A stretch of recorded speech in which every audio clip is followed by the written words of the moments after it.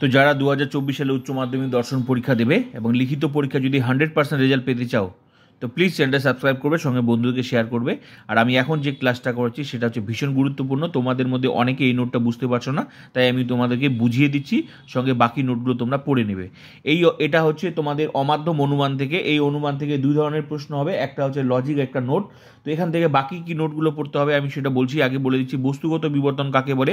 বস্তুগত বিবর্তনকে কি প্রকৃত বিবর্তন বলা যায়? বিবর্তনকে অমাধ্যম অনুমান বলা কেন? এখন আমি এই নোটটা তোমাদের বুঝিয়ে দিচ্ছি, তোমরা আমাকে প্রতিনিয়ত মেসেজ করছো, ঠিক আছে? এই নোটটা বুঝিয়ে দিচ্ছি। সঙ্গে তোমরা প্লে লিস্টে গিয়ে ফুল টিউশনটা কিন্তু এই অধ্যায়ে তোমরা দেখে নেবে, নোটগুলো দেখে নেবে আর লজিকগুলো দেখে নেবে, আর এই অধ্যায় থেকে শর্ট প্রশ্ন আছে সেটা দেখে নেবে, ঠিক আছে? যদি 100% রেজাল্ট পেতে হয়, তো এই অধ্যায় থেকে বাকি যে প্রশ্নগুলো পড়তে হবে সেটা হচ্ছে অমাধ্যম অনুমান কত প্রকার ও কি কি, বিবর্তন কাকে বলে, দৃষ্টান্ত সহকারে বিবর্তন নিয়মগুলি ব্যাখ্যা করো। 2 নম্বর প্রশ্ন হচ্ছে দৃষ্টান্ত সহকারে হচ্ছে মাধ্যম অমাধ্যম অনুমানের মধ্যে পার্থক্য লেখো, ও বচনের আবর্তন সম্ভব নয় কেন, উদাহরণস্বরূপ লেখো। তো এগুলো হলো পড়তে হবে, ঠিক আছে? আর লজিক থেকে কি কি পড়তে হবে আমি সেটা তো বলে দিয়েছি। লজিক ক্লাসগুলো আমি করে দিয়েছি কমপ্লিট। তো এই অধ্যায়ের সঙ্গে সঙ্গে বাকি ফুল টিউশনটা কিন্তু আমার কমপ্লিট হয়ে গেছে। তোমরা প্লে লিস্টে গিয়ে ফুল টিউশনটা দেখে নেবে, সেটা এমসিকিউ হোক, এসিকিউ হোক, লজিক হোক, নোট হোক, ফুল টিউশনটা কিন্তু তোমরা প্লে লিস্টে গিয়ে দেখে নেবে। আরেকটা কথা, নতুন হলে চ্যানেলটা সাবস্ক্রাইব করবে, সঙ্গে বন্ধুদেরকে শেয়ার করবে, কারণ এই চ্যানেলটা কিন্তু একমাত্র ফ্রি টিউশন, যেখানে পড়লে আলাদা কোনো টিউশন নিতে লাগে না। তো প্লিজ ভিজিট করে নেবে প্রোফাইল, ঠিক আছে? প্লে লিস্টে চলে যাবে। তো দেখো উত্তরটা তোমরা ফটাফট কিন্তু আজকের পর থেকে 1 মিনিটে কিন্তু নোটটা মুখস্থ করে নেবে।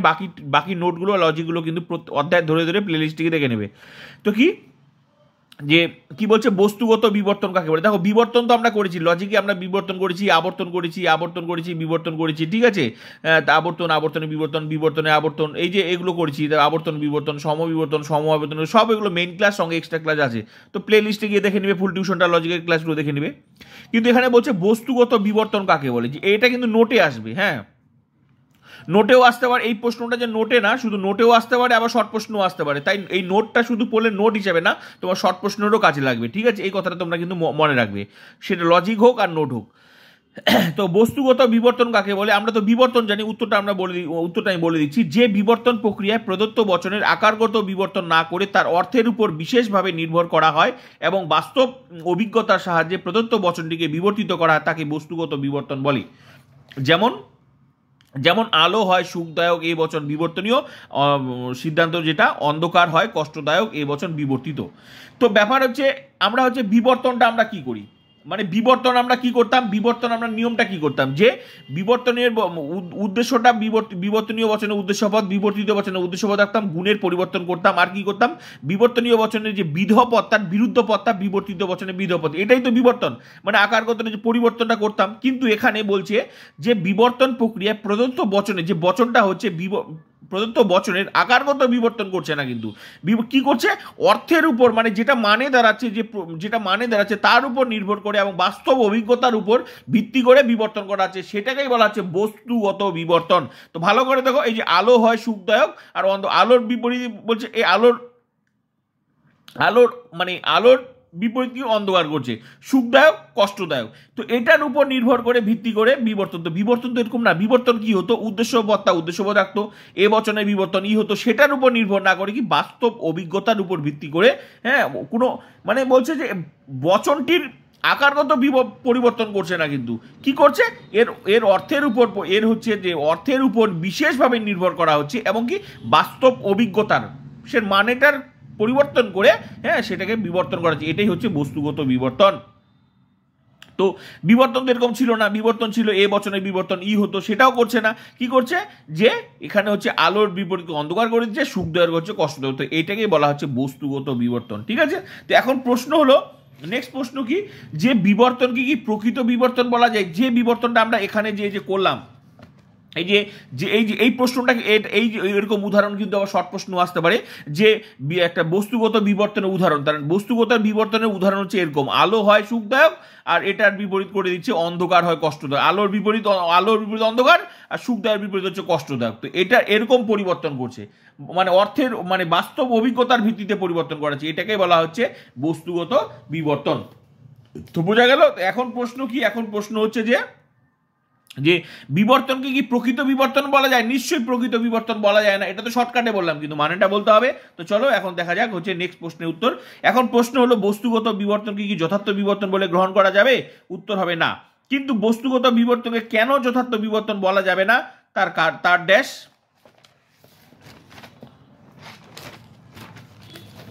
তার কারণগুলি হলো নিম্নরূপ। 1 নাম্বার বলছে বিবর্তনে হেতুবাক্য সিদ্ধান্তের উদ্দেশ্য এক থাকা উচিত, কিন্তু এই পদ্ধতিতে থাকছে না। যেটা আমি তোমাদের এখনই বললাম যে উদ্দেশ্য আর সিদ্ধান্তের উদ্দেশ্য এক থাকা উচিত, কিন্তু কখনোই পালন হচ্ছে না, তার মানে সেটা পালন হয়নি। 2 নাম্বার বিবর্তনের স্বীকৃত নিয়ম অনুসারে হেতুবাক্যের বিধেয় পদে বিরুদ্ধ পদকে সিদ্ধান্তের বিধেয় করতে হবে, কিন্তু এই পদ্ধতিটা মানা হয়নি। এখানে এই যে বিবর্তনীয় বচনে যে বিধেয় পদে বিরুদ্ধ পদ, বিবর্তিত বচনে বিধেয় পদ হয়, সেটাও মানা হচ্ছে না। সেটাই বলছে বিবর্তনের স্বীকৃত নিয়ম অনুসারে হেতুবাক্য মানে আশ্রয় বাক্য, যেটা বিবর্তনীয় বচন, সেটার কথা বলা হচ্ছে। বিধেয় পদের বিরুদ্ধ পদকে সিদ্ধান্তের বিধেয় পদ করতে হবে, কিন্তু এই পদ্ধতিটা মানা হচ্ছে না, বিরুদ্ধ পদ তো করছে না এখানে। 3 নাম্বার যে নিয়ম অনুসারে হেতুবাক্য সিদ্ধান্তের গুণ ভিন্ন হয়, গুণটাও তো আলাদা, হয় থাকলে নয় হয়, নয় থাকলে সেটাও তো পরিবর্তন করা হচ্ছে না, তার কিন্তু এখানে তা মানা হয়নি। সেটাও ব্যাস নিয়ম অনুসারে হেতুবাক্য সিদ্ধান্তের গুণ ভিন্ন হয়, কিন্তু এখানে তা মানা হয়। 3 নাম্বারটা পালন হয়নি। 4 নাম্বার কি এই পদ্ধতিতে হেতুবাক্য সিদ্ধান্তের সম্পর্ক যৌক্তিক ও আবশ্যিক নয়, এটাও 4 নাম্বারটাও এখানে পালন, সম্পর্কটা এই যে হেতুবাক্য মানে বিবর্তনীয় আর যে বিবর্তিত হচ্ছে সেটার সম্পর্কটা যৌক্তিক ও আবশ্যিক নয়। তার মানে কি বোঝাচ্ছে? কোনো নিয়ম বিবর্তনের যে মূল নিয়মটা এখানে পালনই হচ্ছে না। তার মানে সুতরাং বলা হচ্ছে বস্তুগত বিবর্তনের ক্ষেত্রে বিবর্তনের নিয়মগুলি যথাযথভাবে পালন করা হয়নি, তাই বস্তুগত বিবর্তনকে প্রকৃত বিবর্তন বলা যায় না। তো বোঝা গেল এই হচ্ছে বস্তুগত বিবর্তন। নেক্সট প্রশ্নের উত্তরটা কি? নেক্সট প্রশ্নটা কি বললো এখানে? নেক্সট প্রশ্নটা কি বললো? যে বিবর্তনকে অমাধ্যম অনুমান বলা হয় কেন? এবার এই প্রশ্নের উত্তরটা, বিবর্তনকে অমাধ্যম অনুমান বলা হয় কেন? চলো এই প্রশ্নটা আমি বুঝিয়ে দিচ্ছি। হ্যাঁ, এবার হচ্ছে নেক্সট প্রশ্ন, বিবর্তনকে অমাধ্যম অনুমান বলার কারণ। উত্তর, বিবর্তনকে এক প্রকার অমাধ্যম অনুমান রূপে গণ্য করা হয় এ কারণেই যে এক্ষেত্রে সরাসরিভাবে একটি মাত্র যুক্তিবাক্য বিবর্তনীয় থেকে সিদ্ধান্তটি প্রতিষ্ঠিত হয়, যুক্তিবাক্য ও সিদ্ধান্তের মধ্যে অন্য কোনো মাধ্যমকারী যুক্তিবাক্য থাকে না। মানে বলতে চাচ্ছে যে বিবর্তনকে অমাধ্যম অনুমান বলা হয় এই জন্যই যে অমাধ্যম অনুমানে কিন্তু একটি মাত্র যুক্তিবাক্য থেকে সিদ্ধান্ত নিঃসৃত হয়, এই জন্যই তো অমাধ্যম অনুমান বলা হয় বিবর্তনকে। কিন্তু ওটা বলছে যে অমাধ্যম অনুমান যেমন একটি মাত্র থেকে যুক্তিবাক্য থেকে সিদ্ধান্ত নিঃসৃত হয়, ঠিক তেমনি বিবর্তন থেকেও একটি মাত্র আশ্রবাক্য থেকে সিদ্ধান্ত নিঃসৃত হয়, এই জন্য বিবর্তনটাকেও হচ্ছে অমাধ্যম অনুমান বলা হয়। ওইটাই যেমন আবর্তন একটি মাত্র তো নিঃসৃত হয়, ঠিক তেমনি ওটাই বলছে বিবর্তনকে এক প্রকার অমাধ্যম অনুমান রূপে গণ্য করা হয়। বিবর্তনকে এক প্রকার অমাধ্যম অনুমান রূপে গণ্য করা হয় এ কারণেই যে এক্ষেত্রে সরাসরিভাবে একটি মাত্র যুক্তিবাক্য থেকে যেটা বিবর্তনীয়, যে লাইনটা বিবর্তনীয় হয়, প্রথম যে বচনটা হয় বিবর্তনীয়, ওটাই বলছে বিবর্তনীয় থেকে সিদ্ধান্তটি প্রতিষ্ঠিত হয়। বিবর্তিত মানে সিদ্ধান্তটা প্রতিষ্ঠিত হয়, যুক্তিবাক্য ও সিদ্ধান্তের মধ্যে অন্য কোনো মাধ্যমকারী যুক্তিবাক্য থাকে না, এই জন্যই বলা হচ্ছে যে বিবর্তনকে অমাধ্যম অনুমান বলা হয়। ক্লিয়ার হয়ে গেল? যেমন আবর্তনও তো অমাধ্যম অনুমান, ঠিক তেমনি বিবর্তন অমাধ্যম অনুমান। তো এটাই বলছে। তো এই হলো নোট, আর বাকি নোটগুলো তোমরা প্লে লিস্টে গিয়ে দেখে নেবে। ফুল টিউশন আমার কমপ্লিট হয়ে গেছে, সেটা প্রত্যেকটা অধ্যায়, যে 5টা অধ্যায় থেকে তোমাদের কিন্তু বড় প্রশ্ন আসবে 8 মার্কের।